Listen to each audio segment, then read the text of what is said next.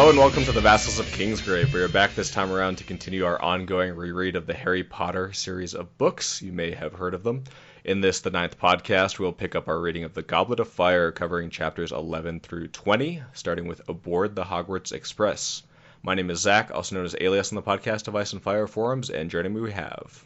I'm Abby, also known as DaceyMormont. This is Adam, drownedsnow on the forums. Hey everyone, this is Mary or Nymeria on the forums. Varley on the forums, Matt in real life. And this is Michal, inkasrain on the forums. Excellent. Thank you all so much for joining me for this. So just a reminder, as always, for anyone listening, that this podcast is full of spoilers for everything in the Harry Potter universe, including The Cursed Child and the Fantastic Beasts films. Are we getting another one of those? Is that a thing that's happening? Sure. Okay. Technically, but I think they, sent the script back or something. It's like Star Wars right now. It's just in production hell permanently. Nothing is certain. Yeah, they fucked it up and then they don't know how to get it back. Yeah. I think Star Wars is in a better place than the Fantastic Beasts. Maybe, yeah. All I know is the whole Obi-Wan show is now fucked up too, right? So. That's Kennedy being a dummy. Okay. Maybe. All right. Enough of that. We've talked enough about that in recent podcasts. Let's go ahead and jump into our chapters here. So we'll be covering kind of the middle part of the book when things are ramping up. We arrive at Hogwarts, which is always fun, and we go through up to the first task, which is the, of course, Triwizard Tournament. The big event for this novel. Should be fun, but before that, we got to do all the setup. So I will be covering the first two chapters that we have, which are Chapter 11, Aboard the Hogwarts Express, and Chapter 12, the Triwizard Tournament. So Chapter 11, not too much to talk about here, really. We get this little episode with Mad-Eye and the exploding dustbins, of course, setting up the mystery of him being replaced. I think that's the moment where that happens. And we learn you can put toast into the mouths of someone using the Flu Network, so that's fun. Anything on this part of this chapter? Not too much to say, really. So, is this like a proto Order of the Phoenix, or are the Weasleys already on board? Because he rushes off to have Mad-Eye like they're old friends or something. Oh well, I think it's more of a ministry thing here. It's Amos kind of tips him off about this, and that's why he helps out, because he's the best. Because Arthur is the best person to make this kind of a seem like a minor offense, right? I thought it was also to protect Mad-Eye, because he wants to minimize the impact of the incident for him. Yeah. So I think probably they're old friends, or at least they know, or Arthur Weasley knows that Mad-Eye was a big defensor of the good side, and that you want to protect him. Yeah, that's kind of why he'd be willing to go out Yeah, of his way. I mean, Molly says that they're he's a fan or whatever. Yeah, but... he thinks very highly of him, and the all-timer from Fred. Well, Dad collects plugs, doesn't he? Birds of a feather. But I mean, he was around the last time Voldemort was, busy, Yeah. so...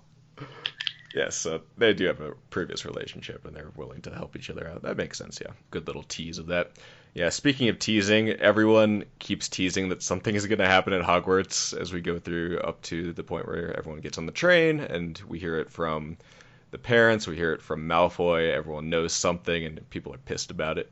So yeah, that's what's happening. Anything on the train, anything on going up to Hogwarts? I didn't think so. There's not really much. I do appreciate the atmosphere every time when it's we had a really nice day last night, and then oh crap, it's school. Decidedly lack of vacation air that's going on. Yeah, and I loved the way they need to be careful about not being seen by Muggles when they go through the wall thing. So they're casually chatting and sliding into it. That just makes me think of the logistics nightmare of how long this would take to slowly to get everyone hundreds of children. Yeah. All right, so they can go ahead and go to Chapter 12, the Triwizard Tournament. So we get the start of term feast, and this is somehow the first sorting that Harry will get to watch. Nothing too much there. We get a song. We get a new Sorting Hat song about the founding of Hogwarts. This is probably the least important song that he shares, but it's fun to hear, I guess. We see Dumbledore clearly ruminating on the poor weather. It seems more obvious than ever that there's some kind of sign of darker things to come for this story, and we do get more of that later with Sirius, remarking on like signs that he is seeing that something is afoot. That's probably more about Bertha Jorkins, but Dumbledore is not happy about the weather.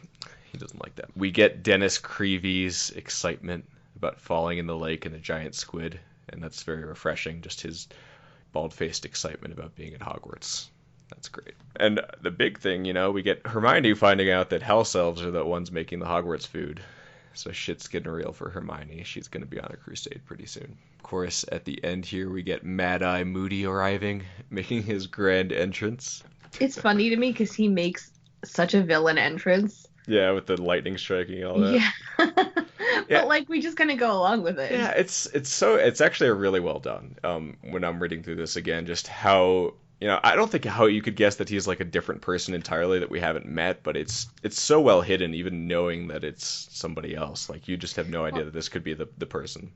It bothers me though, because she built up his character as someone we kind of not necessarily like, but someone who makes sense, and we want to. He does things that we like. Like at some point, Harry in the next few chapters, I think, thinks, he told Neville that he was good in botany or whatever, and that's the kind of thing Professor Lupin would have done, and he remarks that it's a good thing.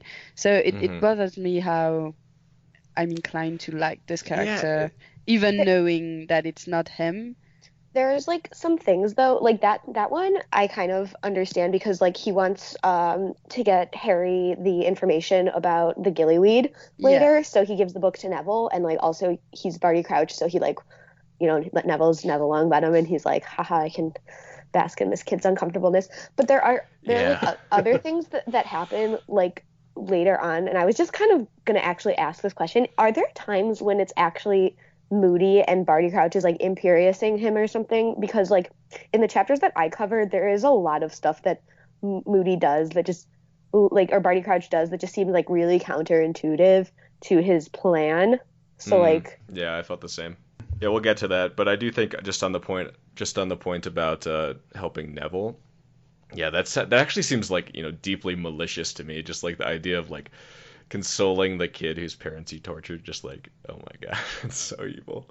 Well, I mean, that whole scene, we'll get to it, but that whole scene is just such a mind fuck for Neville deliberately, I think. Yeah, it's so evil. Oh, I have to blow up the spider. Yeah. Is that in this chapter? No, that's the next chapter. Okay. Yeah, it is the next. I had some stuff I wanted to talk about, but that's for next chapter. So Two chapters. Yeah, okay. yeah. But this is chapter 13, where we always meet our villain slash. Is that true? I didn't know. Yeah, that. I think so. Yeah. Oh wow. Huh. Interesting. Yeah, the only other thing in chapter 12, and we'll move on, is of course the Triwizard Tournament is introduced. Ron, Fred, and George are really excited about the idea of that 1,000 galleon prize, and trying to find a way past that age line that will be set. Harry, he's just fantasizing about Cho. That's what he's about. That feels so random to me. Maybe I'm just forgetting something earlier in this book, but where he thinks about Cho, but all of a sudden it's well, Cho. In the last book, I think there's some stuff for it. Okay. My brain probably just completely forgot about it. But I don't think so. In the last book, maybe. They play in Quidditch, right? Yeah, and Harry felt a swooping sensation in his stomach that had nothing to do with nerves. Oh, okay. Never mind then. It's a little precedented.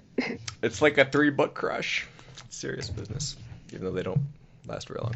All right. They flame out so spectacularly fast. Oh yeah. One date. All right. Let's do chapter 13 and 14, which will be you, Matt, taking us through those. All right, so the kids are going to classes. They start off at herbology, not botany, Marie, where Professor Sprout apparently can't say anything without adding bubo-tubo pus in it. Then on to Care of Magical Creatures with Hagrid, where they meet the Scroots, and they know the female Scroots and the male Scroots, and because one has a stinger and one has some kind of suction-y thing on the bottom belly, it's really gross. And then they go to divination, where Lavender Brown asks a question of Trelawney, and Ron asks to see her anus, and she waits 2 books to do that. Oh, man. Ron, please. What happened, guys? We're all friends here. So Malfoy's a little shit again, points out that Mr. Weasley's in the paper about the Mad Eye incident. They even misspell his name, indicating that he really is a nobody in the Ministry. And after some wicked taunts back and forth, Malfoy decides to try to attack Harry. Mad Eye Moody sees this, turns Malfoy into a ferret, bounces him off the concrete, says, "Don't attack anyone with their back turned." And then Professor McGonagall stops him. Indeed. So I guess the only thing about this chapter is that we get kind of Harry ruminating about divination and how even though Trelawney is a fraud, he thinks that, what she said last year was true. Anything else? We get another Moody thing here. Him turning Malfoy into the ferret, which is kind of a tell, I guess, that he's not on the up and up. And of course, there'll be some more weirdly questionable choices later made by him. But it also shows an early moment where he's favoring Harry, which we of course get the inverse of later when Snape kind of clearly supports Malfoy. So speaking of poor choices, in the book they don't say that the ferret just gets bounced around, but in the movies for some reason Mad Eye puts the ferret down, either Crab or Boyle or whoever, down his pants. So it's humorous. What did Malfoy give a little ferret hand job to one of his buddies? What?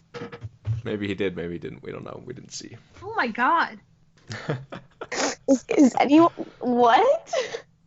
I'm very glad I didn't see those movies. For many reasons. For many reasons, yeah. Bet you didn't think you'd hear ferret You hand didn't job see today. those movies? Ugh. I feel like we go over No, this every I time. only saw the first one. Michal is against the movies. Like you just gave up after the first one? Yeah. I mean, kind of unfairly, because I was, 14, 13, and, made a whole list of things that were wrong from the books that I wouldn't probably care about now, because I know how adaptations work, but I'm still kind of like, you know what? I got my own version of all this stuff, and the only real downside is that when I go to Harry Potter World, I'm a little bit like, wait, what? Like, is that how that looks? Yeah. Why is there a frog choir? Yeah. Ferret thing, though. I find that actually, really sinister, even without the pants thing. Say it. The ferret hand job that Matt elucidated. The little paw job. I it's one of those things that I actually think she handles for the most part really well, because we the external signs of if you look at the stuff Moody does, most of it's yeah, this is fucked up. Why does Dumbledore want him here? Something's not right. And then but because we get those signs of, approval from Dumbledore and the idea that something was like what Professor Lupin would have done, which in my opinion is the complete inoculation of anything that Moody does next, because we love Lupin. And of course it's all for Harry, right? He's such a helpful person to Harry, so we're primed as the reader to be like, oh, that's good. He's kind of weird, but he's helping our guy.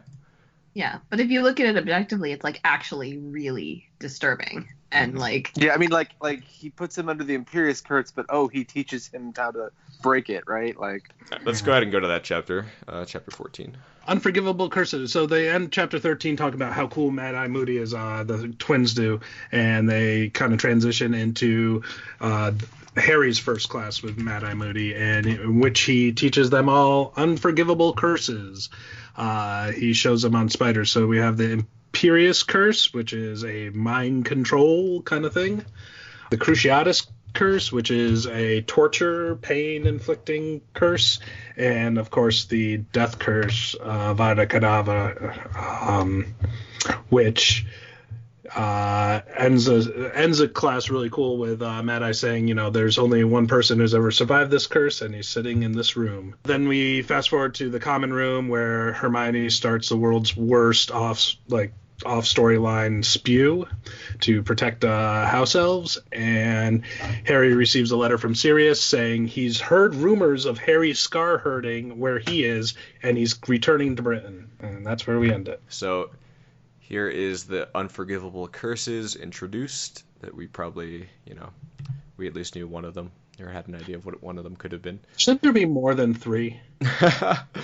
Yeah, probably. There's probably a lot of other bad ones. Well, I mean, if you think about it, they're really like the Imperious Curse is not exactly like rape, but it is kind of a loss of personal consent, and then you have torture, and then you have murder. So I feel like those are kind of like the big 3 like evil things that evil people do.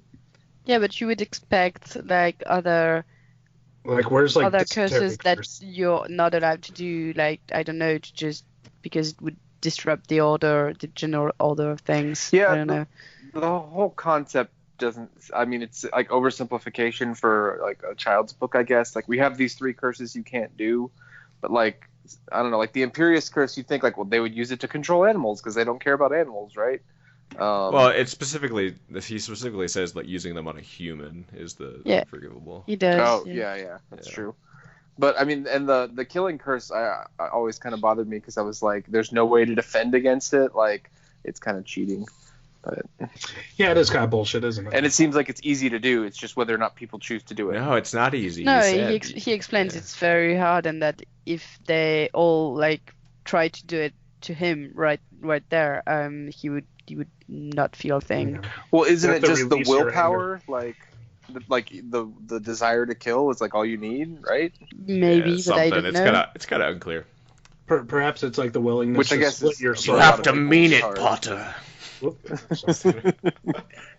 My goodness. Basically. But yeah, I mean, like, there's a whole bunch of dark magics and stuff we know that they're not supposed to mess with, or it's frowned upon. But I guess they don't get you a lifetime in Azkaban. Yeah, I mean, who knows? Last book, Harry blew up his aunt. That's gotta be like unforgivable. I think it's more like from like a legal perspective. These are the 3. Oh God, what is? Okay, it's not reverse onus. It's the 3. Oh my gosh, I just had a case on this and I cannot remember the word. I feel like a poop. But there's like in Canada when we like, don't know, so just make something up. Okay. Say something in Latin, we'll buy it. Well, I can't remember anything now, but basically I was just covering a case that is about child sentencing, and like obviously the unforgivable curses apply to everyone, but the idea is in Canada, this has actually changed a little bit now, but at the time of this case the idea was if a youth commits a certain crime, like specific crimes, they get tried as an adult. And so like the 3 crimes are assault, murder, manslaughter, and like egregious bodily harm, like sexual assault and egregious bodily harm. So So it's like they automatically are tried as an adult. Or... Well, now no, but at the time this case, because this was a Supreme Court level case which changed this, but at the time, yes, they would automatically be tried as an adult and they would have to apply to be tried as a youth. But just in general, that's the background to the fact that it kind of does make sense that there are these like 3 curses, because like I'm just like relating it to what I know, but like in that sense it makes sense that there are certain things, like obviously we categorize every kind of crime, but there are like, these are the 3 major ones that like have specific ramifications associated with them that are like at the peak, and then below obviously there are probably other curses that you can't, you don't get, like you probably could get like lifetime in Azkaban for, but they have more leeway. It's like a case by case basis thing. And maybe also by like elevating these to a certain level, you kind of make others more acceptable. Like maybe this is like the sort of compromise where someone was like, yeah, those 3 are the really bad ones, and like, I'm over here raising the dead. Don't worry about it. Romancy lobby. There are like defensible reasons to use other curses. Not really. These are all motivated by some sort of evil. Yeah, but I mean at the same time, like Wizarding Justice is like. It's a disaster. Yeah. Obviously, they didn't have a Jack Bauer in the Wizarding world. That's all I'm gonna say. Well, like it's like. Robbery is a crime, but like robbery is on a different level. I could ASIO something, and so it's like that. It's on a different level than these 3 like these 3 spells. They're always used specifically for Valentine. Right. So like robbery with, like it'd be like armed robbery rather than just robbery or something. It's like some kind of. Well, no, I'm just like the bat bogey or boogie hex or whatever, So I guess it's like saying that if you took a bat and you mugged someone with a baseball bat, you're like, well, you can also use that to play baseball, so we can't ban baseball bats. Yeah, exactly. Yeah. But yeah, they're called presumptive offenses, which are murder, attempted murder, manslaughter, and aggravated sexual assault. Gotcha. Those are all good ones to be tried as an adult for. I think. Yeah. According Well, to it's the interesting Youth 'cause Criminal Harry Justice uses Act. 2 of the unforgivable curses. He does. No one In the cares. wizarding courts, certain curses are considered especially heinous. Dun dun. Wait, when does he use the Imperious Curse? In the last book. book. Yeah, The Green last- Goblins. Oh, yeah. I forgot about And that. on the I thought goblins. Hermione was the But they're not humans, so Oh. it doesn't matter. Well, no, he uses it on Oh, yeah, the ministry guy. members when they're breaking Yeah. into the ministry. Yeah. And he doesn't really like successfully cast Cruciatus, right? Because like he can't do it Yeah, for he's some pretty reason. weak sauce at that. He wasn't He didn't angry mean it. enough. Yeah, he didn't. Yeah, really- no, he didn't mean it, is Yeah. what He had to Bellatrix really- says, right? had to But really like mean it. I think he really meant it. I just think he was too pure-hearted. Is Too the good of a idea dude. that we're supposed to get. Yeah. All right. So the thing that surprises me though is that for like a madman who has no training at anything, he's a pretty good teacher. Like he's got a good lesson plan here. Well, like, he was like a or so like I assumed he had underlings that he had to Tongs, right? lay down the facts. I mean Barty Crouch Jr. Oh Yeah. Oh, yeah. yeah. Right, and I Yeah, I assume forget. Moody didn't have any like lesson plans set up or anything, Yeah. like because he had just received the offer, right? Maybe he took him. Well, the whole thing is like he's extracting information from Moody, right? That's the whole Mhm. thing. Yeah, Right. but still, like, how long ago did they know that Moody was gonna be the next teacher and that they would take his place? It's a bit fuzzy, Well, they, but it's Apparently at crazy the very that beginning. it's crazy to me that he can just spend the whole year teaching classes every day and that it isn't weird. Yeah, and like Dumbledore, anyone that knows him doesn't like. Remember that one time, when we saw that Yeah. game or something, and he's like, yeah, sure. Yeah. I love how he always justifies his stuff with like Dumbledore wants you to do this. Yeah. No one bothered to check that. That was true. Hogwarts is a mess.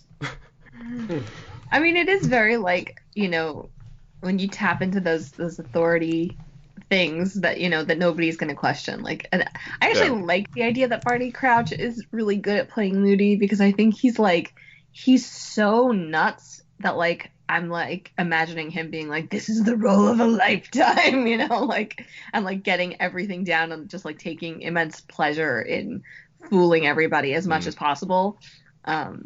So like I kind of buy that idea that he would Just has like sort of a twisted natural talent that he is applying to this. Well, I mean, He's played doing it the all for innocent, Voldemort, right? Like right? his whole thing is like, oh, I'm just this innocent child who got caught in with Death Eaters for some reason, This is Yeah, like somehow just like ended up in the same room as like the Longbottoms and torturing them to craziness. Here my wand Only- accidentally did Crucio, If only he had gotten into acting and not murder and torture, everything would have been fine. Yeah. Do wizards have acting? Do we ever see a wizard play or? I don't No, know. the only thing they're allowed to Is do is that finish very- gobstones. So we see here. I'm curious. What do you guys think is Barty Crouch Jr.'s motivation for teaching the students about the Imperious Curse and eventually teaching them how to defend themselves against it? And I think you were mentioning something about that earlier, Abby, about it not being kind of clear why he's doing some of the things he's doing. Yeah, so I was in my chapter. I go more into this because my chapter is the one where he is Do training it. them. Let's get into it. Chapter 15. Oh, are we on chapter 15 now? We're in. All right. Well, chapter opens. So basically, we have Sirius. Harry is gonna write a letter saying, "Oh no, Sirius, everything is actually okay, and don't. I was just being silly," which is like the least convincing letter Well, ever. he thought a whole plan in then- his sleep, so. It's fine. Yes. So then they go back to class the next day, and Moody is going to now teach them how to resist the Imperious Curse, which will be coming in handy later in either this book or a later book, I forget, because Harry is really, really good at it. And so, yeah, for this, I was just so confused why Barty Crouch Jr. is trying to teach them to resist unforgivables, because this was also, I think, what I was cutting out earlier. What I was trying to say is, because I might be misremembering this, but wasn't he all in on the Death Eater brigade? And isn't that why he doesn't like Karkaroff and Malfoy, because they pretended not to be in on that, and he went to jail for what he believed in? Yeah. Yep. Yeah. But He is the the reason most he loyal enters, Death Eater. like Malfoy and turns him into a ferret is not because he attacks Harry. It's because no, he it's wants because to. of his dad. Yeah. But so that's why I'm confused. Like, because if he wants Voldemort to rise again, like, why should he be teaching all these children how to like resist the unforgivables that the Death Eaters are presumably going It's to a be means to an end, I casting? think. But what is the? Is he just passing time? Yeah. There's other things he could be teaching them. Like what? Well, he wants to teach Harry enough to get to the middle of the maze, I guess. It could all just be that, but I don't know. So like Moody acts happy when Harry does it, but like I don't know that that's really his goal. I feel like he's just like slightly getting off on making these kids doing whatever he wants right under Dumbledore's nose. The thing I wondered too is like, can he like place like a suggestion for later? Like, I mean, they said it like, oh, he like releases him and throws it off, but is it possible that's not true? I don't really understand enough about the way it works.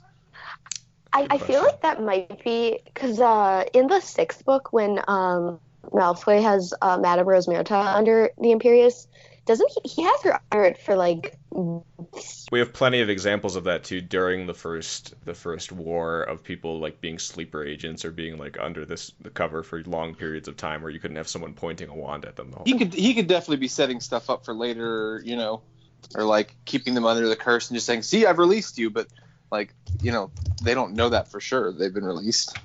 Yeah, I think it's what Michal said, honestly. I think he just kind of gets off on it. He's just having fun, and he doesn't think of them as a threat critically. He doesn't like think these kids are going to be a problem. So he's like purely concerned about like putting Harry in the maze. He's going to get killed by Voldemort, because how could Harry beat Voldemort, right? Once he's back, like he has no conception that Harry could actually like win that. Also, just that I was also the extent of the Imperius that I was curious about what your thoughts were. Like when he has Neville under it, he like is making him do all this gymnastics, and and Harry says like Neville normally can't do this thing. So just like what is the extent? Like if the Imperius curse can make you do things that you're normally not physically capable of, just like. Well, it might be not things you're not physically capable of, but things you think you're not physically capable of, right? Like okay. you don't. It goes beyond all mental barriers of what you think you can do. All right. Anything else? I mean, there's the big thing in this chapter, of course. Yeah, but so that's the section is Harry can break the Imperius curse. Woohoo! Yeah. Then also they go to the care of magical creatures and are taking care of these blast-ended Skrewts that get a lot of screen time, and I am just wondering, are they important later? I do not. Okay, they're not important later, No. and I actually wonder like what thematically the point is of the Skrewts. That's a and I've good been point. thinking about this a lot because like for one, like the only thing that really made me think about this is that like we meet the Skrewts right after we get this like very obvious like, oh, the kids are growing up, they're gonna get hormones and acne, with like, squeezing the bubo tubers, and like it was disgusting but satisfying, and it's like I feel like that's a very, direct, point on her part to be like puberty is coming. Blast-ended Skrewts. Yeah, and then writes itself.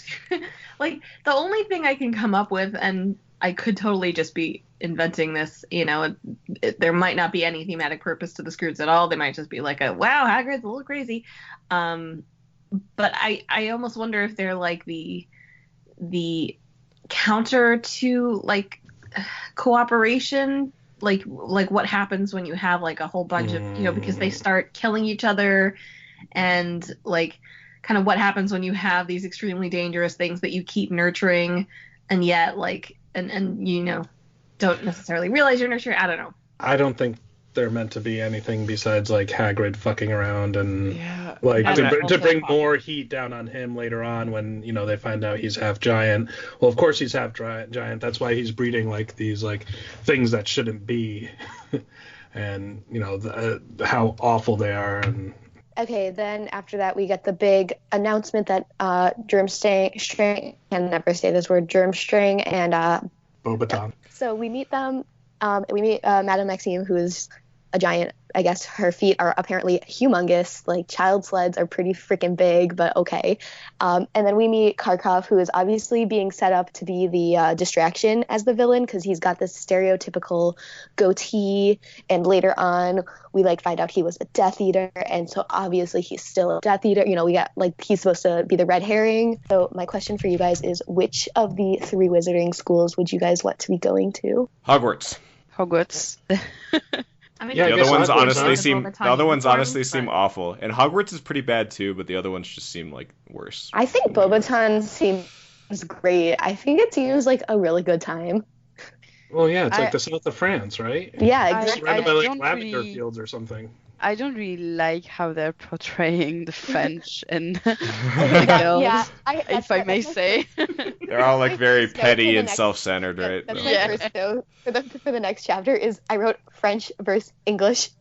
Yeah. It's the first thing I have for chapter 16. This little boy Yeah. doesn't belong here. And then, And then I wrote- Hermione's like, these pansy French girls. I know. Yeah. Okay. I also have I might as well just move on to the next chapter because I have a lot of notes about this. So chapter 16 is the Goblet of Fire, and basically everybody is really excited that Victor Crumb is here because I forgot to mention that he went to Durmstrang in the last chapter, and it's a big deal because he's really popular, and Hermione does not like that he is always going to the library because now it's allowed in the library. And Ron meets Fleur Delacour, who is very pretty for some reason. Nobody knows why everyone's attracted to her, but obviously she's a Vila or part Vila because we met Vilas earlier in the book. And then Dumbledore introduces the Goblet of Fire, which is how they are going to decide who is going to compete. And there is an age line that won't let anyone under the age of 17 cross. So RIP if your birthday was like the next day after, because you cannot participate. And Fred and George have that fun little time when they try to age themselves up, but then it reacts to them because they become old men instead of just being a couple of years older. And then everyone, what else happens? I think that's it, right? That's pretty much it. Yeah. So I remember, this is something I remembered from reading these books as a kid, was like, oh, there was a lot of ripping on the French. I don't know, is it just like in the 90s, was there, I know there's like a joke that like the French and the English don't get along, but like I was just, I was like, is it for humor or is it in the 90s? Maybe just French and English. I don't know if you know this, Abby. I mean, the 90s was still, we were in a colonial period back then, so All right, Okay. settle it down. was a different time. No, there's just a general enmity between England and France going back Yeah, like a bazillion years, right? Marie? Yeah. Yeah, I Yeah, but, personally like- like them, but yeah, I think there are issues. Well, it's also like you're But, yeah. coming into this in a competitive, like it's automatically competitive. Like Yeah. Dumbledore is literally the Yeah. only one who is like, this has a higher purpose, and everybody else is like, we want. It's because he's high as fuck, though. Like, he doesn't give a shit about any of this. What does he do with all of his time? I Gets don't fucked up. know. He has those little puffing instruments in his office. It's that I don't that know. pensive. They're all just vaporizers. You know what Hagrid's growing. The good Big old sticky nation for icky. Dumbledore. So, on a more serious note, I thought that it was a bit absurd that the age line, it's a matter of age and not of what year you are at Hogwarts. Because why would someone who's like Fred and George, they will be 17 soon and they're in the same year as, like, I don't know, Angelina, and they, like, there's no reason that they would know less. It's a liability thing. I think it's just because they're adults, right? No, yeah, because in the 7th book, Harry mentions that like wizards come of age when they're 17 because he gets the watch from the Weasleys. So Oh, that's right. I think yeah, And I he's think not that's- traceable or whatever, right? Yeah, I think it's just like literally a wizard. Except thing. he is, because he keeps saying Voldemort. Dumbass. So yeah, another thing with this like French and English thing was just like Hermione does not.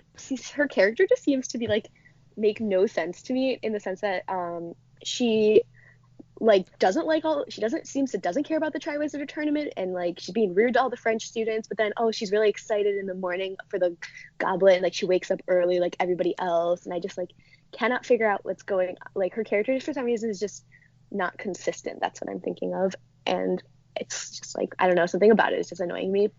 I don't know that it's not consistent. I think she's probably among the students the closest to Dumbledore's, like, international unity and all that stuff. And so I think, plus she probably has her own biases.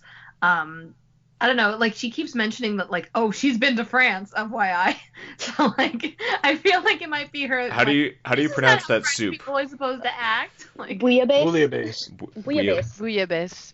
Okay. Bouillabaisse. I hate you're doing bouillabaisse. it right. It's gross. I was wondering What? what I the think it tastes gross. blancmange dessert was that they were talking about. I've never heard of it. I missed that one.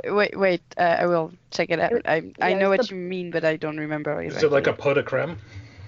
It's a That's what I thought. That would be blancmange. weird. It just That's means white literally eating. white eat. Yeah. Well, yeah, it was like a pale sort of blancmange. I'm like, I know enough to know that blanc is similar to the word pale.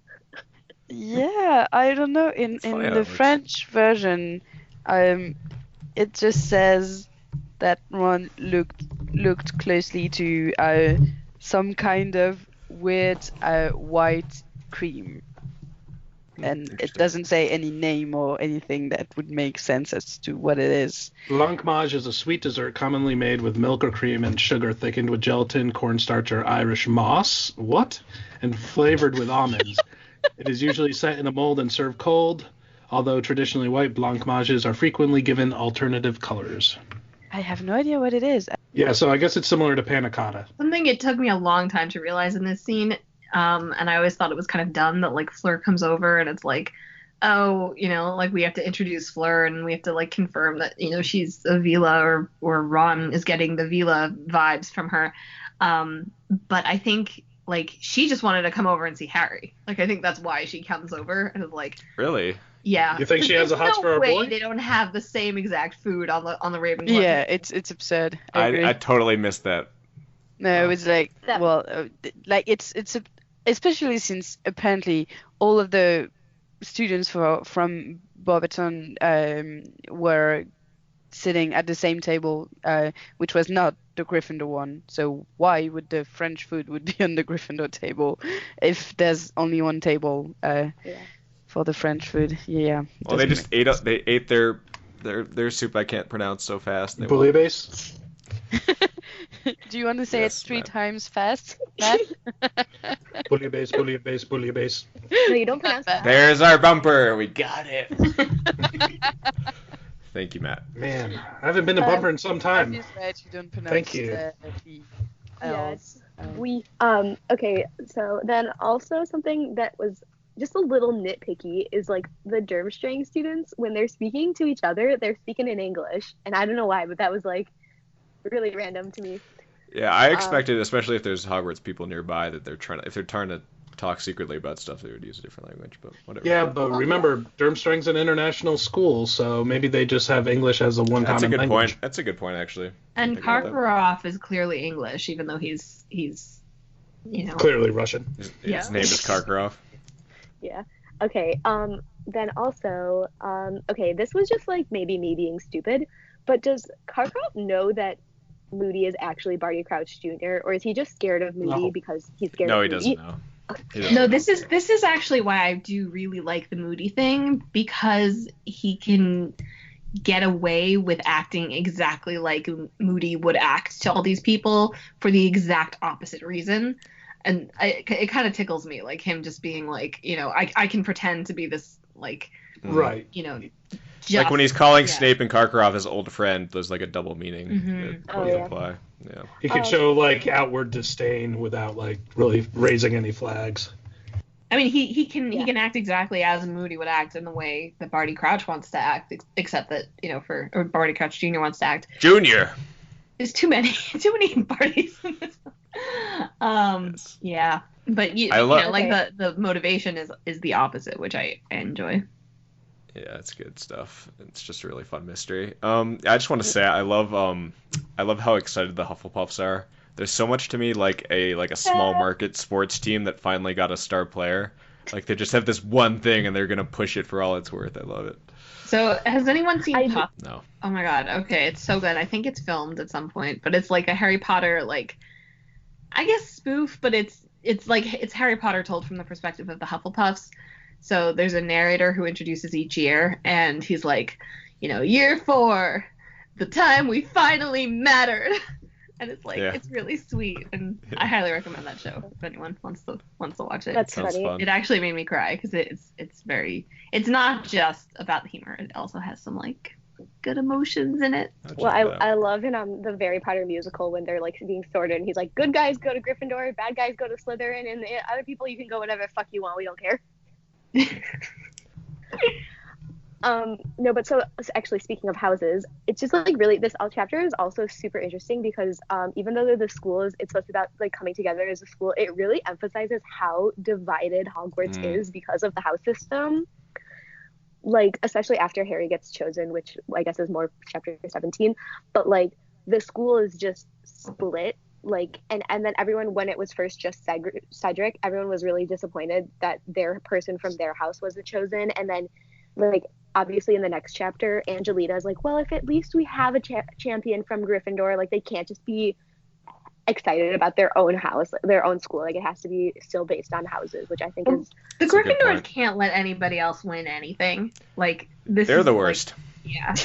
They actually are really obnoxious. Like Cedric, they're like the Yankees once, and he's like persona non grata. How are they like the Yankees? I'm continuing my metaphor about the small market sports team. Like it's my whole thing I'm building up here. All right, chapter 17. So at the end of 16 we find out who the champions are, including I forgot to mention that. Including Harry Potter. So why is the book named Goblet of Fire? I don't know. It sounds kind of cool. Yeah, but I mean, it's over. Like we saw it. That's it. Yeah, but like the Order of the Phoenix isn't a really big deal in that book for most of it. I don't think this was the original title. I like remember hearing some kind of Potter lore that like there was a different title. The interwebs. Yeah, but I don't remember. I mean, it's a better title than like Harry Potter and the Triwizard Tournament, which would be that would be. It would sound lame. Yeah, it's fine. I like it. Well, it would be better if like the prize at the end was, you know, if the goblet was the. The funny thing is, people get confused by that. That's like a weird kind of thing that happens. They think it is the prize because it is the title. Well, people I think it's the trophy at the end. It makes sense as the title because it's like the thing that kicks it all off. Yeah, I definitely felt that. Because if Harry's name hadn't been chosen in the Goblet of Fire, then it would just be the Triwizard Tournament is happening around Harry. You know, good lord. Can you imagine reading that book where it's like Harry's just witnessing the Triwizard Tournament and nothing's happening at Hogwarts? All right, guys. So probably should have realized earlier he'd be in it. They had 3 alternate titles: Harry Potter and the Death Eaters, which is lame; Harry Potter and the Fire Goblet, which is stupid; and Harry Potter and 3 Champions. I like the 3 Champions. I think that would have worked. But there are 4 champions. Well, not including Harry Potter and it's like a band name. I am Galaxy Brain. 3. It's an incorrect title. But there's only 3 champions alive at the end of the book. Oh. True that. Galaxy Brain. Boom. That's the universe brain or something. All right, chapter 17. Okay, so yes, as I forgot to mention at the last chapter, Cedric Diggory, Victor Crumb, and Fleur Delacour all get picked as champions, and then dun dun dun, Harry Potter also gets picked as champions, and we realized, and all the 16-year-old students realized that they should have just asked their 17-year-old friends to put their name in the Goblet of Fire for them. Okay, so then Harry gets sent into the room, and everybody is really mad, and there's a big kerfuffle about how Harry should not get to compete, or everyone else should get to have an extra champion, but the Goblet of Fire went out, and it will not light again for 1 more year, and this is a magical contract that, for some reason, Harry has to compete. We don't know what would happen if he didn't compete, but it's just a magical contract that says he has to compete. Okay, so that's pretty much all that happens in this chapter. Okay, I don't really understand why it's such a big deal that Hogwarts has 2, like, why, I mean, I understand it's like a pride thing, but like, I don't know, like, just be like, we're hosting, so we get 2 or something, like. Well, they get 2 back, that's the apple. Yeah, but it's cheating. The school's already divided. Like, everyone in that school hates each other if they're not from the same house. Like, let's be real. Yeah, who cares? It's just the same thing. My favorite part of this chapter is, like, it should have been really obvious that something was up with Moody, because he's like, I think someone probably bewitched it and put Harry's name in under a fake takes a really powerful thing just so that he'd be the only one that would get picked. That's very specific, Moody. His name in the Goblet of Fire.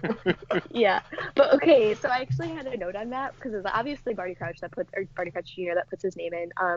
And like I was like, why is he hinting that like exactly how it happened? But then I think it was just because he wanted them to stop fighting. That's like, his whole thing, though, right? He's hiding in plain sight. Yeah. Like he's being so obviously weird that no one would suspect him. And of course, like, I think Mad Eye's reputation is just so unassailable. Exactly. No but it's also like his reputation is so crazy that at this point he could literally say like, you know, I'm actually Barty Crouch Jr. and people would be like, okay, Mad Eye, you know. All right, go back with your dustbins. Chill out, buddy. Yeah. No, but I think it was also just because if they had been arguing about it just a little bit longer, they probably would have been like, well, what happens if the champion doesn't compete in the Triwizard Tournament? And then everyone would be like, nothing. I mean, they really should have had like an investigation, right? Like someone should have looked into this. Mad Eye puts it to bed. He's like, oh, someone put Harry's name in that, and the end, and now we can move on with our lives and get Harry killed, rather than thinking about why this happened and what would happen if Harry didn't compete. Because so it's just kind of, he gives them the answer so that they can move on. Yeah, well, couldn't he just show up to every challenge and then just forfeit and walk away or something? Yeah, he could.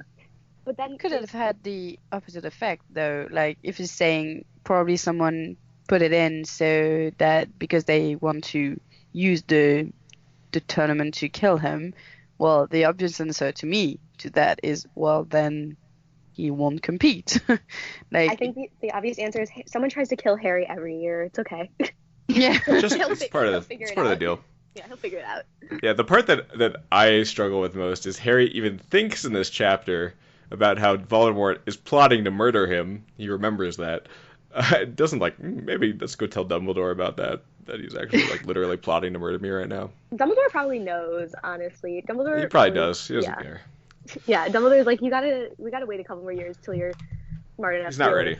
Yeah. I don't think Dumbledore knew that Harry had that dream where he heard Voldemort. He doesn't really know. So that could have been a useful thing to say. Oh, yeah, they're not really bros yet, though. Like, I think there's a lot of purposeful, like, not I don't know, I can't think of the word, but it's like that Bertha Jorkins or whatever her name is. Like, they're just like, oh, she's been missing for 3 months. It's okay. Oh, someone is probably trying to kill Harry. It's okay. Like, there's a lot of, in this book, just dismissal to make the plot work, I guess. Like, yeah, it kind of reads fine for me. We can joke about it. I feel like I completely agree. In Deathly Hallows, like, Rowling felt bad about how, like, Dumbledore treats Harry and puts him in danger, and so it's like, now when I read this, like, I just imagine he's back there being like, Harry's a Horcrux, it's fine. Yeah. No, I think it's... He has more lines. No, it was all planned from the beginning. No, I think the flippancy of everyone in the Wizarding World, like, I think it's fun. Like, I think it adds to the... Yeah. Because, like, I just think of the Wizarding World as very silly, so I think if it was a little bit more serious, like, I would maybe not enjoy it as much, but it is a little head-scratching. And we do have the benefit of hindsight and, like, this full context that these characters don't have. Like, they're not seeing things the same way we are, which, it's credible to me.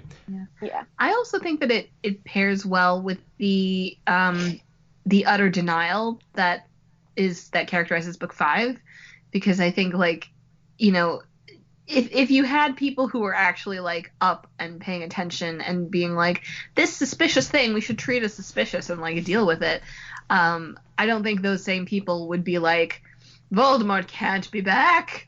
Look, the sun is shining, you know, like, stuff like that they do all throughout Book 5, and, you know, which is the whole point of that book. So I think it does kind of go along with the whole, like, wizards are a little stupid, and also be very, very willing to accept convenient untruths if it makes their lives easier. Yes. Which is not exclusively a wizard thing. Yeah, I was going to say that too. True. You know, like, it's very like, true. I think that we like to think that we're not like that, but I probably have done that millions of times, and obviously it's just something that happens. I think that's all I have for this chapter. If anyone can think of anything else, but that's all I wrote down. I just had I really like the American chapter art. I'll paste it into the... Oh yeah, I like it too. Because this is, I think, one of the last times where we get Harry feeling, like, really quite young. And, like, overwhelmed by his like, there's a line where, like, he's looking at the other 3 champions and he's like, oh my god, they're all so tall. And I was like, oh, my baby, you're only 14. You know? Yeah. Yeah, this is really a low point for Harry. We, of course, get a lot of low points later, but he's just so estranged from everyone at this point, and that's the one thing he can normally count on. is having the support of his friends. And of course, Ron here, we have one of his big breaks away from Harry because he's jealous of, as we see, all the glory and the fame and the attention that Harry constantly gets, which is totally reasonable. I totally get it from Ron's point of view. But no, he's really a little shit. He is terrible to Harry here, is what I was gonna say. Like, he really is really mean to him here. It's disappointing, even though I agree that it is understandable, because it's the first time that Harry has, like, really needed Ron's help in a way that would be challenging to Ron. Like, Ron knows that Harry is not the guy opening the Chamber of Secrets, you know, so he, like, it's not a reach for him to be nice to him when the rest of the school is crapping on him. I think this is, like, the first time that, like, you know, what Ron wants out of life is actively contrasted by what Harry is getting, and he definitely falls down on that test as he does several times. I mean, I think it's very human. Yeah, and I think the good thing too is this has been building through the book so far, like through the whole book so far. We've been getting all these little points of frustration for Ron of seeing how he is inferior in these different ways. He doesn't have the same kind of, you know, monetary things that Harry has available to him, and he doesn't have the same, you know, skills, talents, etc., or just the attention and fame. Like, I totally get his frustration as like a 14-year-old kid of like feeling like I'm constantly overshadowed by my friend. Like, I know it's like he should have been able to look past it, but like you say, he's human and he's making a mistake here, and he, you know, eventually learns his lesson. But it's it's credible to me.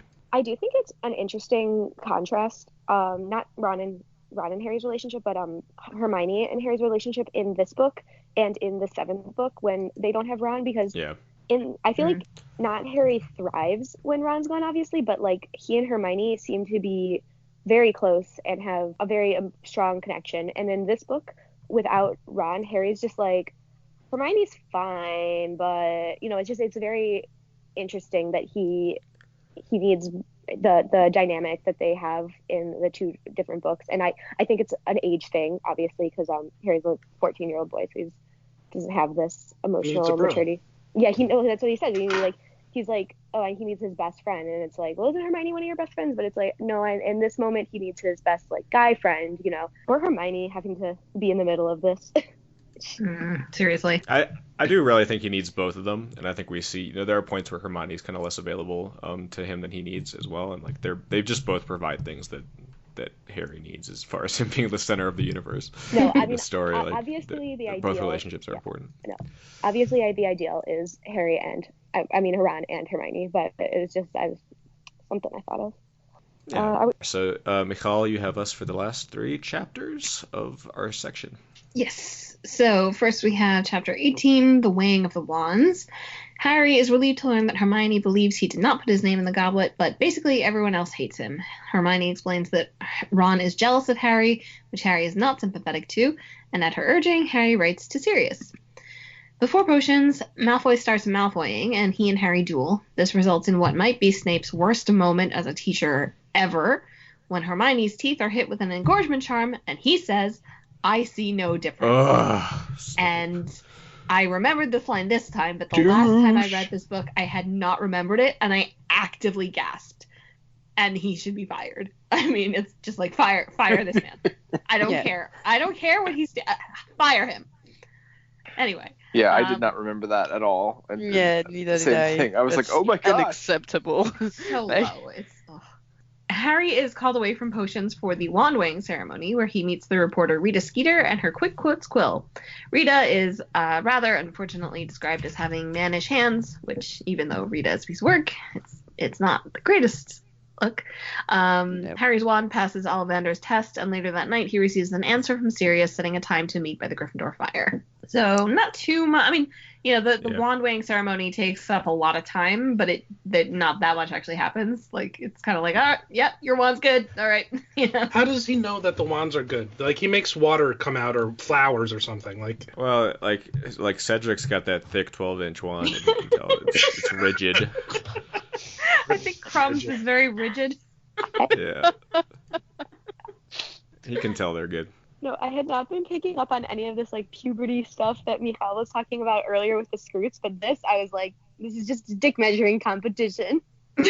Pretty much. Yeah, I don't know why they do that. Like, why do they do this? Like, what's the point of this ceremony? It's I just don't know, tradition. maybe so nobody has a split wand like Ron's and Yeah, fucks up. I don't know, in the second book. like it's equality of chances. If someone is like Yeah. didn't have the money to replace their wand, Just making would sure be an no one issue. has the Elder Wand. They're just it's like a test to find the Elder Wand. Exactly. It's right there in Dumbledore's hand. Right there. Yeah. Behind his back. It's also like I do actually deeply kind of enjoy all of it. I don't love Ollivander as a character, but I love him like being unable to not shade the other wand makers. He's like, oh, I wouldn't use Vila hair. It's too. Oh well, if that works for you. And like, oh, Grigorovich, yes, he's good, but not quite what I. Not And my I love it.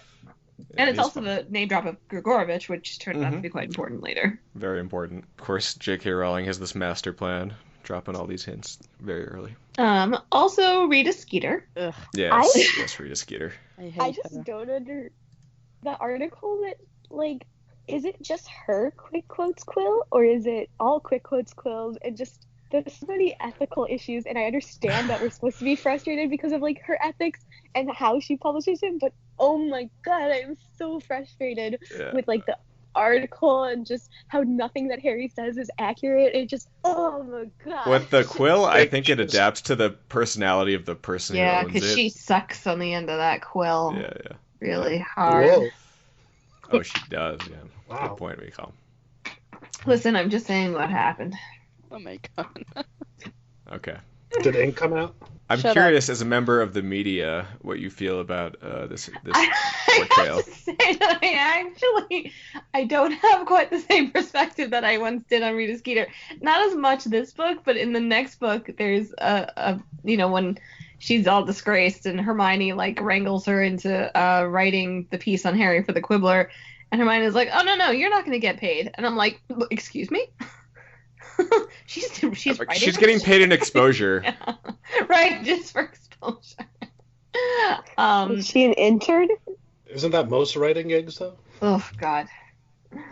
I don't know. I feel like I like the way Rita Skeeter is deployed in certain ways because she is like an interesting and new kind of irritant in Harry's life that like he hasn't had to deal with before. And when we're talking about like fame and dealing with fame, I think that Rowling would take that as an important part of that experience, dealing with the press.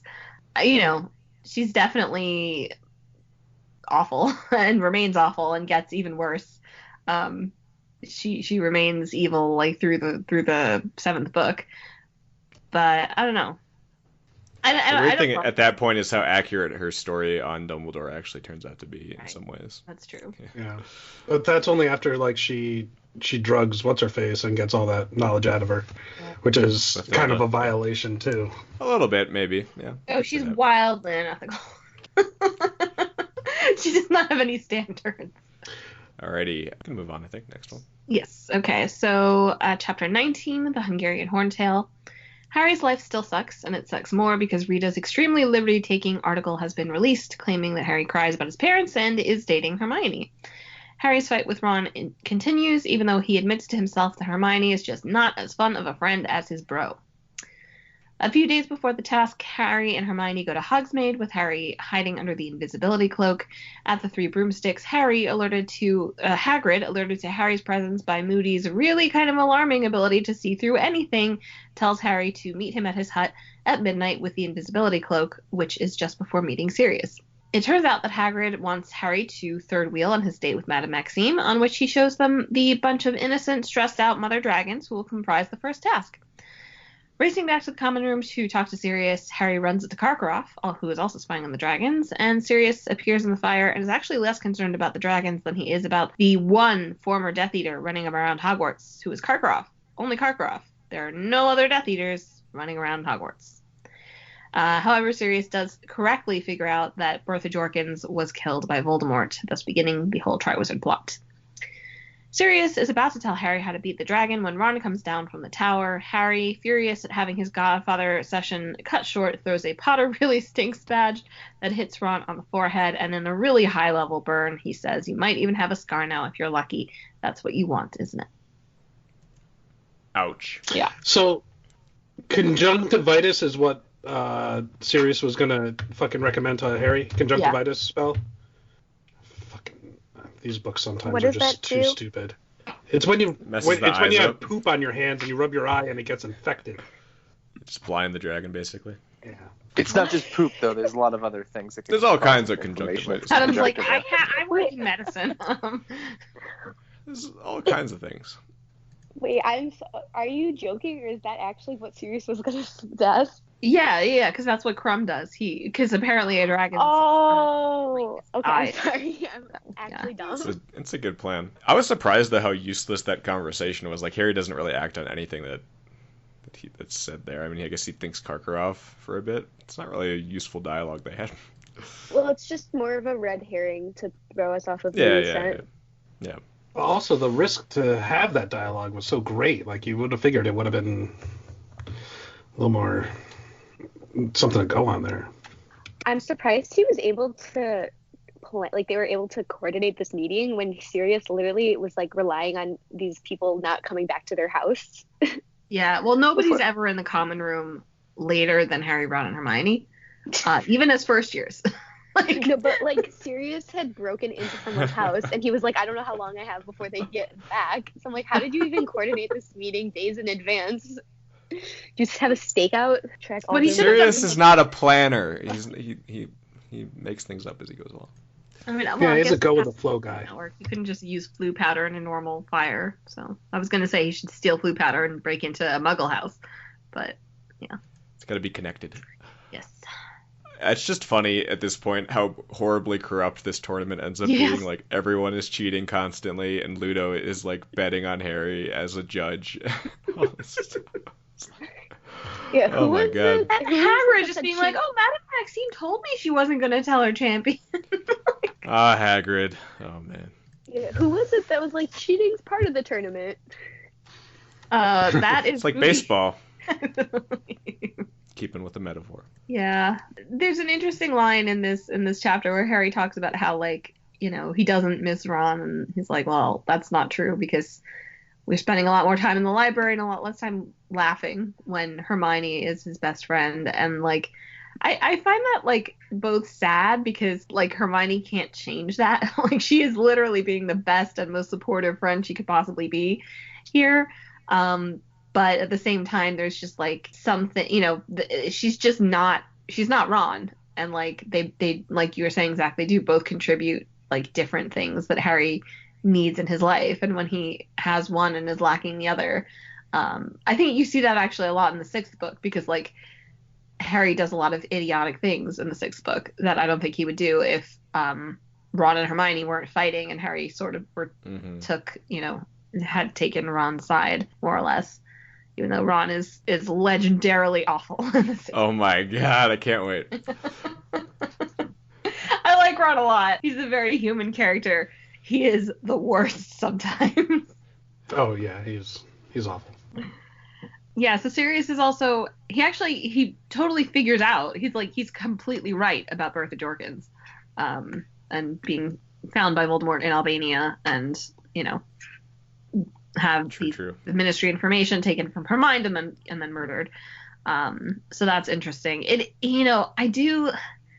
I like this book in that, like, everybody kind of has a piece of the puzzle, you know? Like, everybody knows that one part of this is wrong, but nobody's putting it together. And, like, and because Moody is, like, right under their noses, and that's everybody's blind spot, they're incapable of doing it. So I think, like, and that's why the shock at the end of the book, I think, is so awesome when Moody takes Harry to his when Barty Crouch Jr. takes Harry to his office, like, on top of just being like another stomach punch after that entire experience with Prairie and Quintanum. Like, it's the last piece falling into place in the last place that anyone thought it was going to. And yeah, I have like a lot of issues with like some of the necessary things in this book. Like, obviously Moody's teaching them about the unforgivable curses because J.K. Rowling needs to introduce the unforgivable curses, and they don't learn the summoning charm because Harry needs to learn the summoning charm in 5 minutes in the next chapter. But like, I think there's a lot of really interesting mystery writing going on, and like kind of just human foibles preventing all of that being solved. Yeah, and it's so demonstrative, right, of how good this plan was. Like, the choice to pick Moody was so perfect for all these reasons you described. And yeah, it leads to this, just the end of this book in general is just absurdly good. Yeah, I love the end of the book. So many feels. I agree. All right. In the meantime, anything else on 19?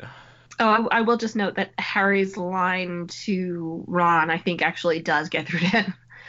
Because he notes that he doesn't hear him come up to bed, and they don't really interact after this. So I think that actually does knock some sense into Ron and being like, wait a second, what exactly am I jealous of? And like, obviously it doesn't resolve the whole problem, but I think he's not like completely incognizant of the fact that like he's jealous of Harry for a lot of really shitty things that Harry can't control and would return if he could.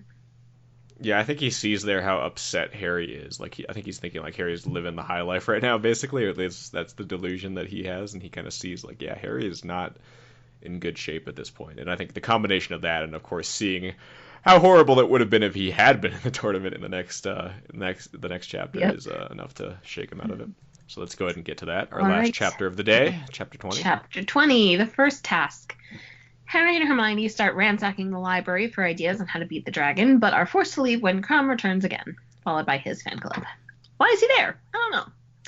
The next day, Harry tells a skeptical Cedric about the dragons, and Moody, quote-unquote, impressed by his decency, takes Harry to his office, which is filled with a 7-locked trunk and a ton of dark detectors, many of which Moody has disabled for some reason. The professor offers a very strong hint as to how Harry can complete the task, and he actually kind of slips a little bit because he's like, put it together, it's not that difficult, you idiot, basically. Harry realizes that he needs to use a summoning charm to retrieve his broom from the castle. Hermione dedicates the next day of her life to teaching him the charm, which Harry finally masters. After losing a good chunk of Tuesday to wild nerves, it's finally time for the task. The champions draw their dragons and the order of competition, and Harry obviously draws the most dangerous Hungarian horntail. The task is to retrieve the golden egg from the innocent and protective mama dragons without dying. Harry also rejects Bagman's offer of advice, and the task begins. Cedric, Fleur, and Crumb all eventually retrieve their eggs, and then it is Harry's turn. He is almost too nervous to see, but performs the Accio charm, and his broom arrives. While flying, Harry realizes that he is no longer afraid, and is able to use Quidditch tactics to lure the innocent mama dragon away from her clutch of eggs and retrieve the golden egg. After the task, Harry and Ron reconcile, and Harry is scored excellently, except for a little blip on the radar from Karkaroff, tying in first place with Crumb. Bagman tells the champions to uncover the clue for the second task in their egg, and Harry tells Rita Skeeter to go fuck herself. Guys, I feel really bad for the dragon. Yeah, well, the part that got me was the part with Crumb where the dragon smashes their own eggs. Yeah. You just like are playing with this dragon for fun, for tournament purposes, and you just killed their kids. Yeah. Although, okay, wizards I was are the worst. No, I was actually really sad about this too. But so I used to have female pet birds, and they would lay unfertilized eggs and still be like very protective of them. So I was like, maybe they're just unfertilized. They're about to be an omelet. Yeah, you can just think of that. Like, she just lays eggs that aren't fertilized, so those eggs didn't have babies in them, and now you feel better. Okay. Yeah. No, but like the whole thing with the dragons is like the first time you see them, they're like, gosh, they're so upset. Like, why are they so upset? Because we have to stun them all into unconsciousness. It's like, I don't know. This is a little, with Hermione going on about SPEW, like, I think that there's a certain amount of like cruelty to animals elements, not in SPEW, but in this, that is sort of a parallel to the way wizards are comfortable treating non-human creatures.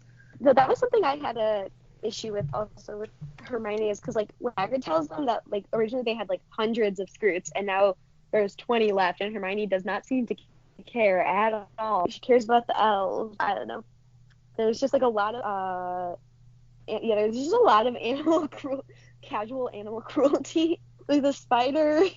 It's just I'll give them a pass on the Scroots, although it is kind of brutal when Hermione says they should stamp on a lot of them.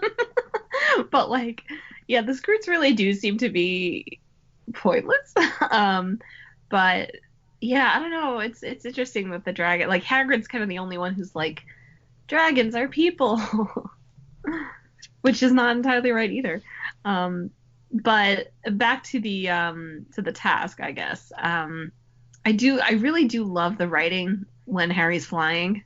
Like, I mean, I love the writing before also with the intensity of the nerves that he's feeling, and like I still find it very, very visceral and just sort of like, you know, I don't have that sense of nerves anymore reading it because obviously I know what's going to happen like intimately, but it's such a good rendering of that feeling though that you can kind of, you know, place your own experiences where you've been in these moments of nervous anticipation onto what's being described here. Yeah, exactly. Yeah, and then like the solidarity that the champions kind of have never had, and then they finally find kind of in the tent together when they're all just like sick with anxiety and kind of are all on an equal playing field. It's really the first point where we kind of get like the humanized version of Fleur and Crumb to an extent. Yeah, that's true. Yeah, this part's really good, and I think it's such smart writing from like a plot standpoint in terms of the emotional arc of the story, because of course through these chapters we've been through, it's kind of been an emotional descent for Harry up to this point. He's just been dealing with all these awful things, and it's been getting worse and worse. But just having this like crescendo, this sudden upswing, like you feel that so strongly, and that's just so effective and such good writing. Like I always admire like the same feeling I get every time I read this. This just like feeling of, oh, things are better now, and it culminates so well. At least for the time being, it culminates so well with the like just telling Rita Skeeter to like get the fuck out of here. It's just such a good cap on that. Yeah, and the you know, Ron's revelation, I think it's like, it's definitely valid to say that like Ron, regardless of what Harry needs to hear, should have apologized more and been like, hey, I was a total idiot. But the way he comes in and is just like, somebody's trying to do you in, mate. Like, it's such a release. It's such a like, it's so honest. Okay, yeah. Like everybody's on the same page again. Everybody's like back to normal, and you know, Rowling does this a lot. I think with like the chapter when Hermione punches Malfoy is very much like that in book 3. And then book 5 doesn't really have a moment like this. Like the beginning of the year is just like a descent, you know. But book 7 does, because like the last time I read 7, I was just like, oh my god, I'm like going crazy reading like the 4 chapter span or something when Ron leaves. And then that also culminates in such a great relieving and cathartic moment. So I think that is something like the dynamics of friendship and the way that affects your mood. I think is something she has a really good handle on. Book 5 has the Weasleys busted out of Hogwarts, though. That's a great. Yes, that's true. No, there are definitely bright spots in book 5, and like but it's kind of like Harry has to make those. You know, like he has to make the DA in order to find, you know, that kind of camaraderie, because otherwise it's just like a relentless onslaught from Umbridge and, you know, being. And none of those feel to me, and this might just be me, they don't feel the same as this. They don't feel like that full release of tension. Like, I feel like the tension is still there. It might be like a brief reprieve from that, but this feels like such a full, like, unclenching of everything that he's been going through up to this point. Mm-hmm. Yeah, I mean, so it is more youthful, right? Like, you don't necessarily get that kind of relief when you're an adult. Good point, too, yeah. There's always that just stress under the surface. Doesn't go away. Good point for sure. And it does demonstrate how he's changed and grown as a character. Adulting is the worst.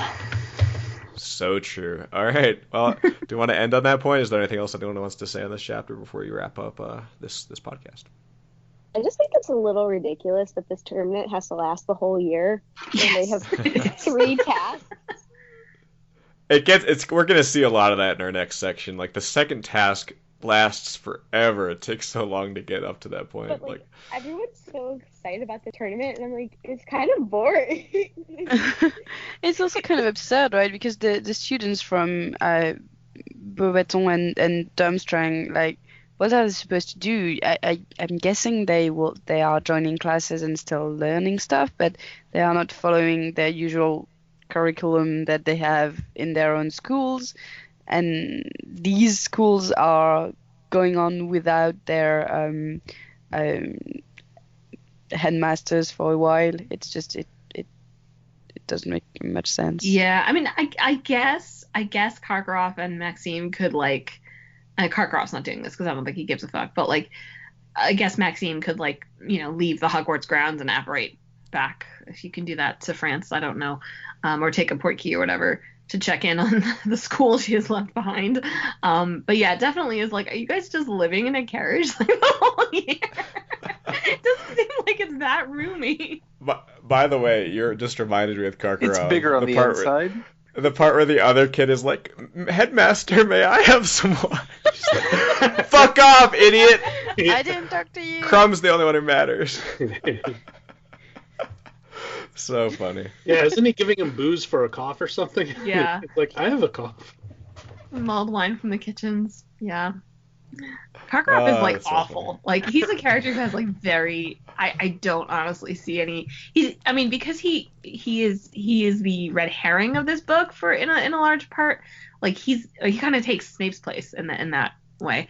But he actually isn't like that evil objectively. Like, we don't actually know any of the like crimes that he was involved in as a Death Eater. He just seems like a kind of pathetic, nasty guy, but he is so deeply nasty and unpleasant, and just like, again, kind of like Snape, like, how do people like this get away with shit?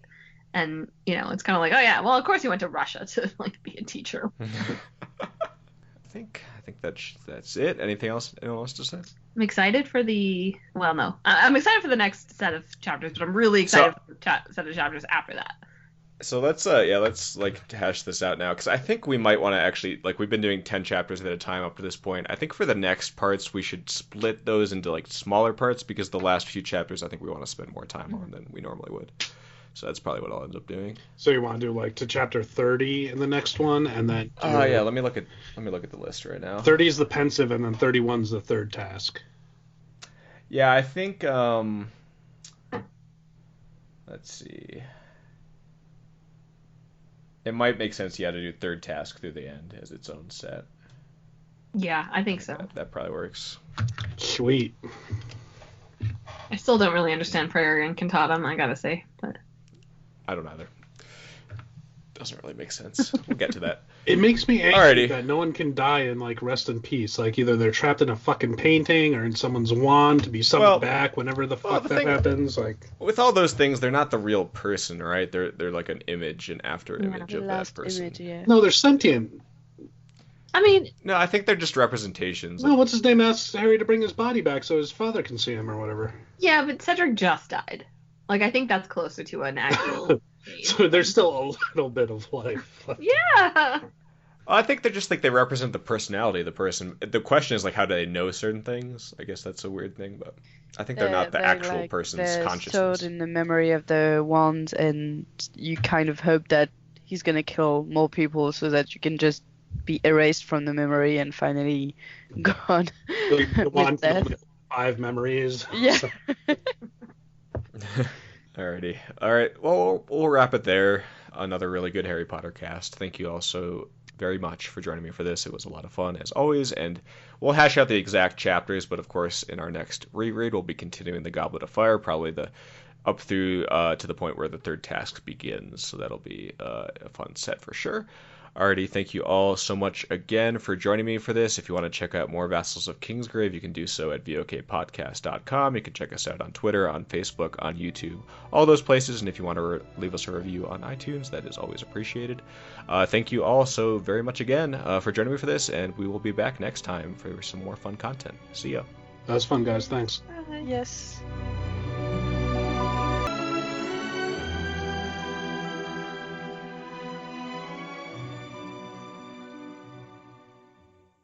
Hello.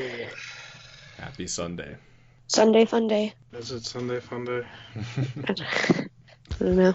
I wish. I spent this whole morning reading Harry Potter, so I was having a good time. Yeah. Hey guys. Hello. Hi. Bonjour, same. Marie. Salut Matt.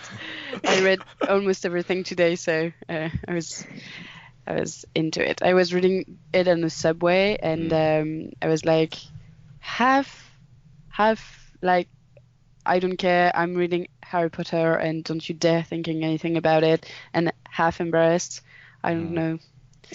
I read like one chapter last night, but I mostly watched BoJack Horseman, and then I was just like really sad about BoJack ending, so I read like one chapter to cheer myself up, but then I went to bed. Fair enough. I'm not even I don't think I even finished actually the whole. I think maybe I'm into the last chapter of our reading today, but I'm not finished with Oh, it. I'm pretty sure you know what happens.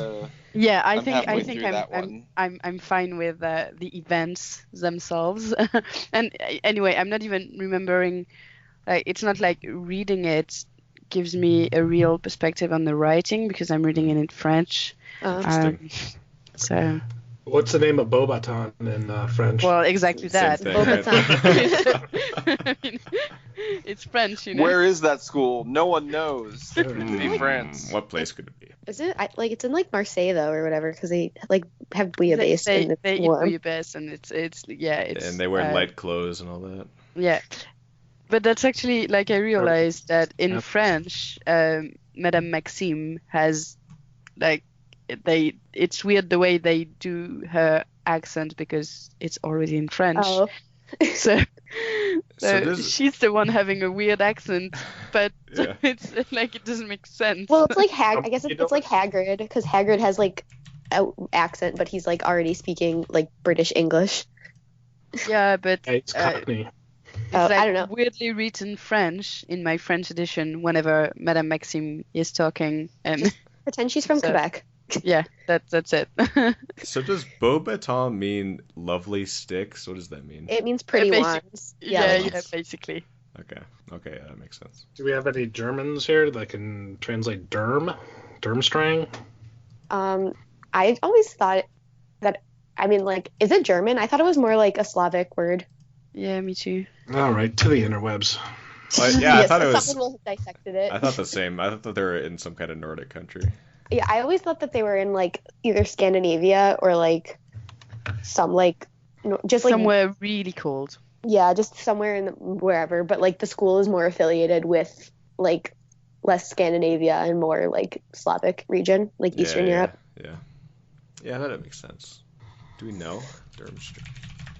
Honestly, So I got Durmstrang Institute, by the way, is one of the 3 largest wizarding schools in Europe, the other 2 being Hogwarts and Beaubaton, located in the far north of the continent. The school is willing to accept international students as far afield as Bulgaria, because we know Crumb, right? Yeah.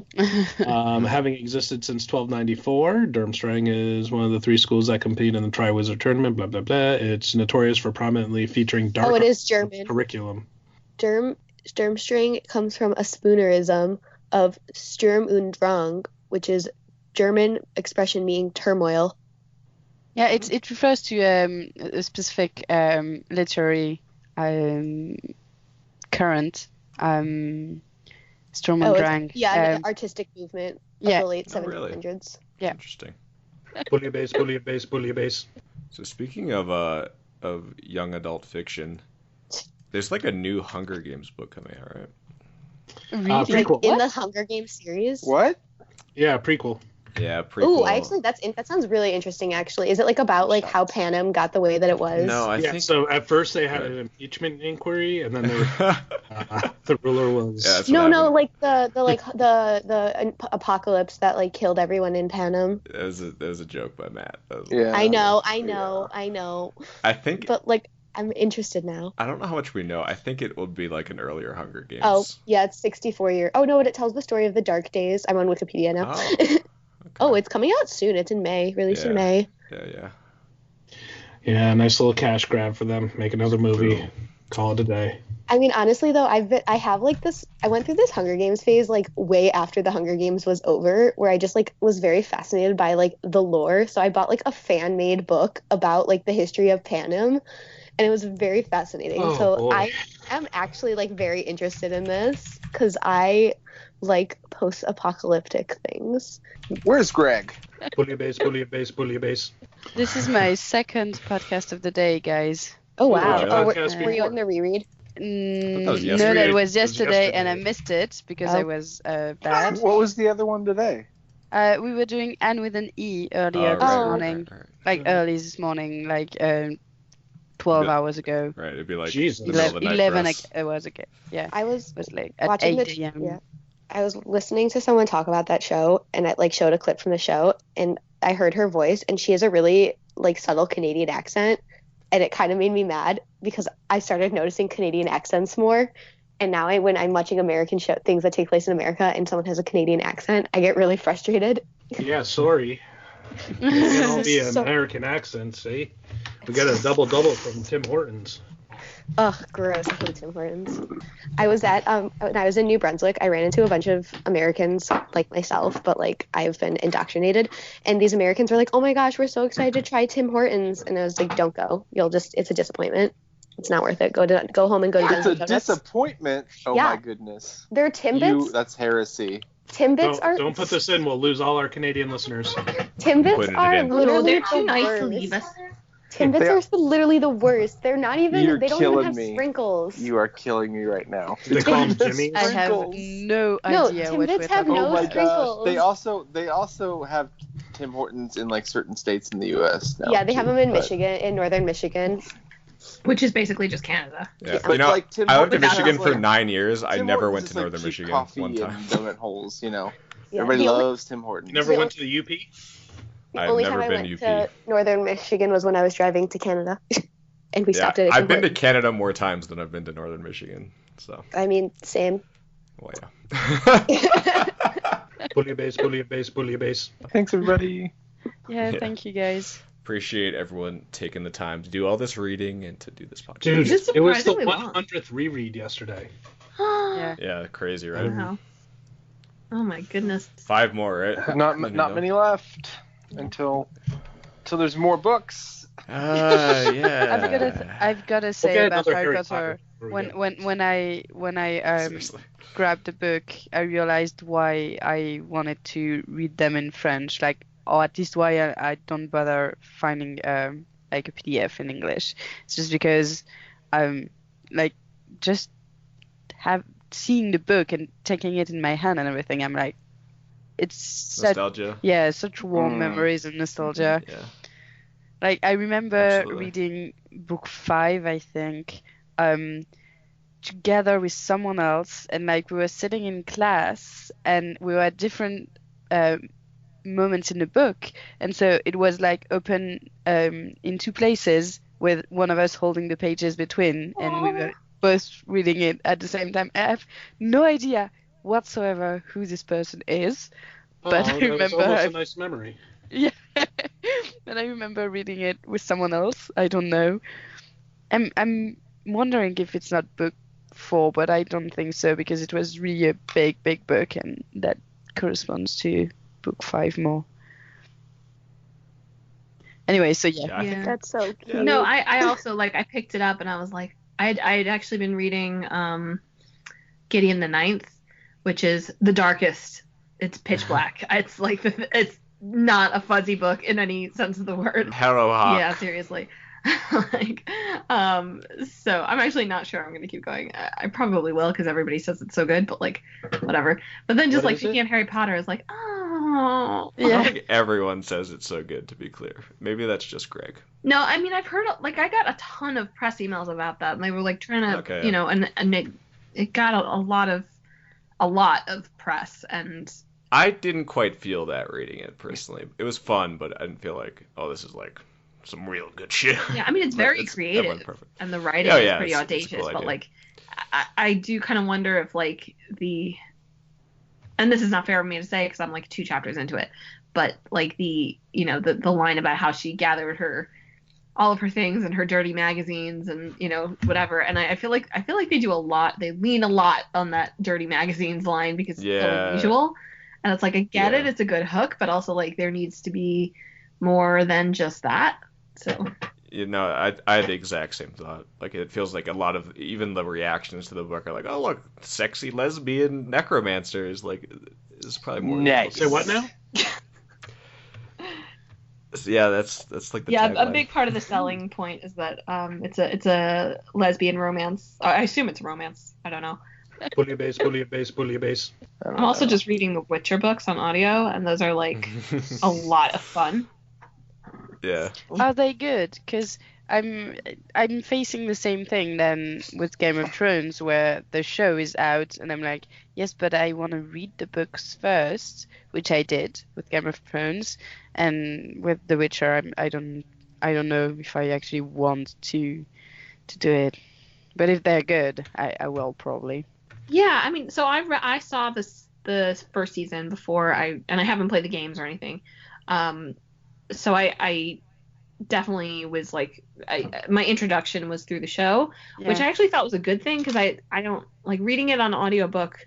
There's just a lot of stuff in fantasy books that like it's easy to forget and not pay attention to because you're not like anchoring the visual word, Mm-hmm. The show kind of frames all this stuff and you can get the depth. Yeah, exactly. And the first season is like most of the stories are in the first book, so I kind of was like, oh, I can like pay half of a mind to this and still kind of get what's going on. But the characters are really interesting, and I like it's the tone is really interesting because like even when like A Song of Ice and Fire is like funny, it's always like a dark, it's all very kind of like in the context of war and mm-hmm. Death and whatever. And that stuff is present in the Witcher books, but there's something much more like life affirming about it somehow. Like I think the author just doesn't take it quite as seriously, and yeah, I'm enjoying it a lot. There's a lot of things to kind of like make fun of in a way that you think the author, like I feel like the author would appreciate. So yeah, I am enjoying them. It's on the list, but I have to read them in French, which is nice because I like reading in French, and it doesn't happen very often now that I read fantasy in the original language when it's English. So it's nice, but almost a bit weird because I feel like I'm almost only reading in English now. Well, those books are originally actually in Polish, right? So I'm not going to read them in Polish, and why would I read them in English if it's a translation? Right, it's just another translation. It feels like the same kind of like lords and knights and dwarves and elves and whatever stuff, as A Song of Ice and Fire, but at the same time, like it is from a Polish perspective, which is it's not going to be 100% the same. And some of the commentary on like marginalized people, like it's very present in the books, and I'm not sure how I feel about it yet, but it's definitely a different perspective than like an American who's like, well, we never had this in our country anyway, as opposed to like somebody from Eastern Europe where this stuff is much more, I think, in the culture. Bully base. Alrighty, guys. Okay. Is anyone doing anything fun for the superb owl? My son is oddly like super into it. Like this year, he kind of got into football a little bit, but like not a lot. And like I guess the kids at school are excited, and like the Titans made a playoff run, and he was like, "I want them to lose." He's like, "I want the Chargers to win," and I'm like, "Dude, they're not even in the playoffs, man." I had to explain it to him. He doesn't quite get how it works, but he's playing basketball, so he's super into it, and he thinks the 49ers are going to win. He's convinced they're the best team. I don't know why. He has very little to go off of. Bully base.